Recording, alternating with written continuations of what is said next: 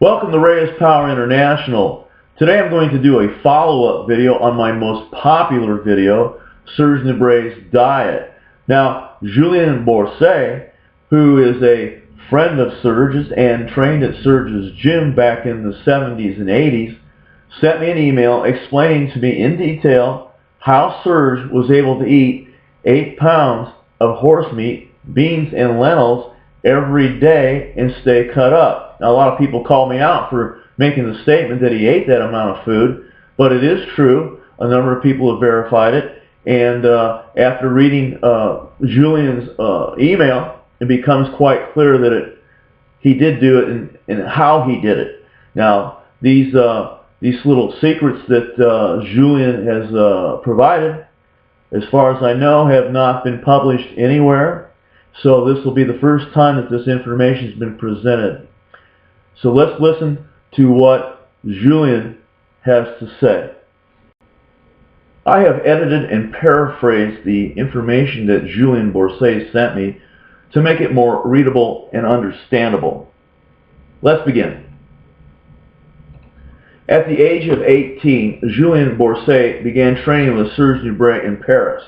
He trained at Serge's first gym, Nubret International Club, and Rue Rev-Ival in Belleville, Paris from August 1980 to January 1985. Later on, Serge opened a larger gym near his first one at Rue du Bisson, St. Louis, 20th Arrondissement, Belleville.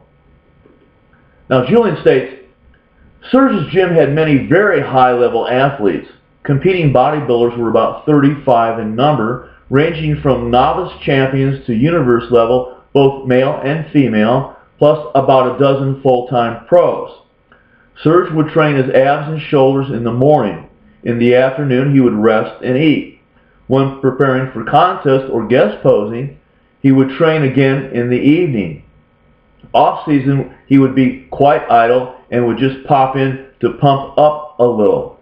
In 1981, he was 44 pounds overweight with a beard.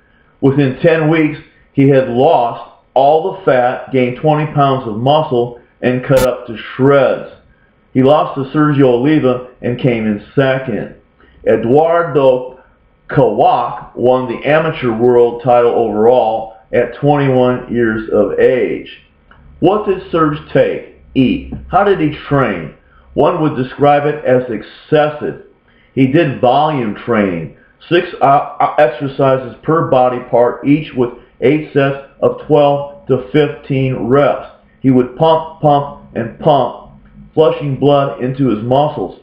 He would cut down his water supply to drink only distilled water. He ate red meat, mainly horse meat, because it was almost zero fat, with some greens. He kept his carbs low. He also did posing exercises on Sundays at 12 noon. All competing athletes had to pose in front of Serge to be evaluated. He would say, cut out the carbs, do 1,000 sit-ups, 1,000 Roman chair sit-ups, plus broomstick twists for 30 minutes every day. All of Serge's athletes had incredible abdominals and shape. They would win first, second, and third places in all contests. Later on, Serge told me that he was on speed non-stop, more than steroids. He used 2 major steroids, primobolan injectable in 100 milligrams, and a local steroid made in France called profoboline, 80 milligrams. This was a mix of decadurabolin and testosterone enanthate. He also took primobolan orals in 50 milligram tablets. These steroids were used to maintain mass as he cut up. He had acquired the size through decades of training. One must understand that steroids were legal in the years 1970 through 1985. One could buy them directly, almost without a prescription. Serge used 2 special creams that he would mix together to reduce subcutaneous fat, thiomucase and creacana cream. The bodybuilders also use a generic liquid similar to thyroxine called percutacrine. It came in glass vials that one would break over the belly, the thighs, and anywhere one wished to burn subcutaneous fat. It worked incredibly well. One had to be there to see it, to believe it. Once these guys got into shape, it was spectacular how impressive they looked. Serge's gym would win 80% of all the top non-IFBB contests. NABA, WABA, FCPAS, etc. I did a little research to look into this trophobelin injectable that Serge used during his training.